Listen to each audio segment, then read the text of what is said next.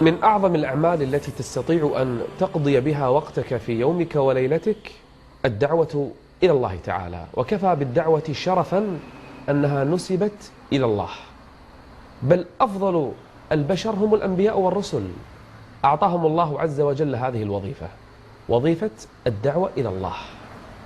كيف تدعو إلى الله في هذا الزمن؟ الأمر سهل يسير. كان الناس في السابق إذا أرادوا أن يبلغوا رجلا في قرية بعيدة أو في بلد آخر احتاجوا إلى السفر، إلى الوقت، إلى المال، إلى الجهد.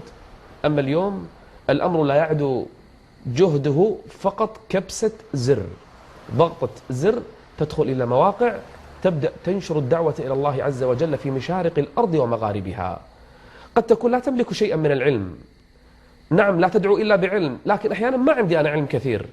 مجرد نقلك للصحاح وللثقات، تنقل مواقعهم، تنقل مقالاتهم، تنقل دروسهم ومواعظهم إلى أناس ربما غفلوا عنها، ربما احتاجوا من يبلغهم دين الله عز وجل.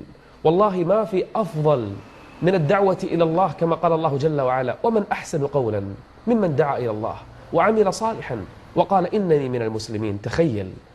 تخيل لو أسلم على يديك إنسان في أقصى الأرض، في الصين مثلا، في أستراليا، في روسيا، في أفريقيا، كل أولاده وذريته من بعده إلى قيام الساعة إن كانوا مسلمين فإنهم في ميزانك.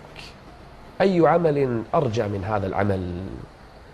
إن دعوة غير المسلم للإسلام ودخوله في الإسلام خير لك من الدنيا وما فيها. الأمر سهل، الأمر يسير. أعرف مجموعة من الشباب أنشأوا حسابا في التويتر يدعون فيه إلى الله جل وعلا بلغات، ما يمر يوم إلا ويدخل في الإسلام على أيديهم إنسان، مرة من الأرجنتين، مرة من هولندا، مرة من أمريكا، مرة من كذا، مرة من، ينشرون دين الله عز وجل وهم جلوس في بيوتهم عبر جهاز صغير.